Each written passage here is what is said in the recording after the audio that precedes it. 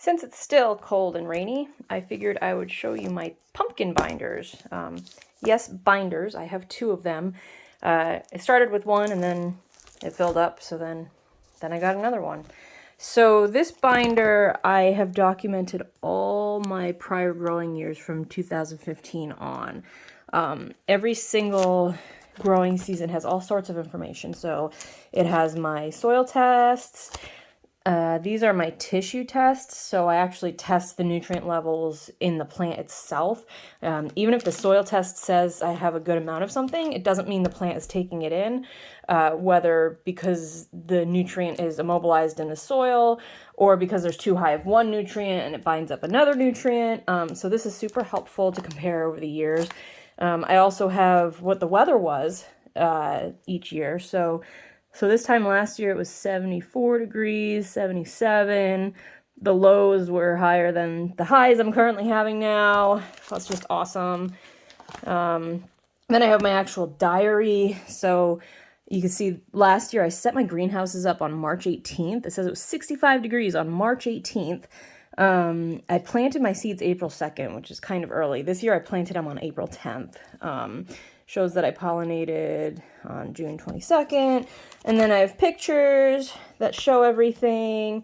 And today is June 6th, and my plant looks about the same as it did last year, maybe even a tad bit bigger, which is pretty good considering that last year was a lot warmer and this year's a lot colder. So that's good news. And then I also have a calendar of all the amendments that I fed my plant. So I can go back on the years and see, okay, this year I had really bad fungal disease. Did I do something different? Or this year this happened. What did I do different in my regimen? So I have that, which is super helpful. Then next what I have is I have a section all about soil and tissue tests. So I print out articles that I like. This is a good one that I actually purchased that talks all about fertility and amending your pumpkins. I have all sorts of stuff. I have stuff about tissue testing, nitrogen and sulfur. There's actually this diagram's pretty cool. It talks about nutrients that can bind up other nutrients and yada yada. Tissue testing. This is about the Haney soil health test. It talks about measuring soil biology. This was actually a presentation at a conference I went to recently. This section is from Western Laboratories. This is where I get all my soil samples done. This is a ton of information, everything you could ever want to know about your soil test and what to do with it and how to amend your patch. And then in this binder, this section is all grower diaries. So it's like all their season recaps, how I grew a 2480 pumpkin in Massachusetts. And that's fun because every grower does something different, and it's cool to see what some people do and what some people don't. And it seems that everyone has their own thing that works for them. This is actual grower diaries with like their own pictures.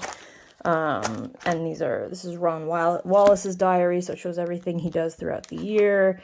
Sometimes I compare myself to them, but you really shouldn't compare yourself to other growers. You should compare yourself to yourself because everybody lives in different places and everyone has different things they do. These are all newsletter articles, also super helpful. And then I have a section for my own notes that I collect over the years. I still haven't printed that out and done that yet. This is all about pests and diseases.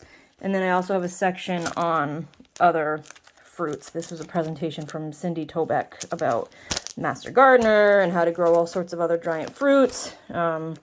So I have a ton of information in here. I look through this all the time, and it's a great rainy day activity to just go through and keep up my knowledge on everything pumpkin.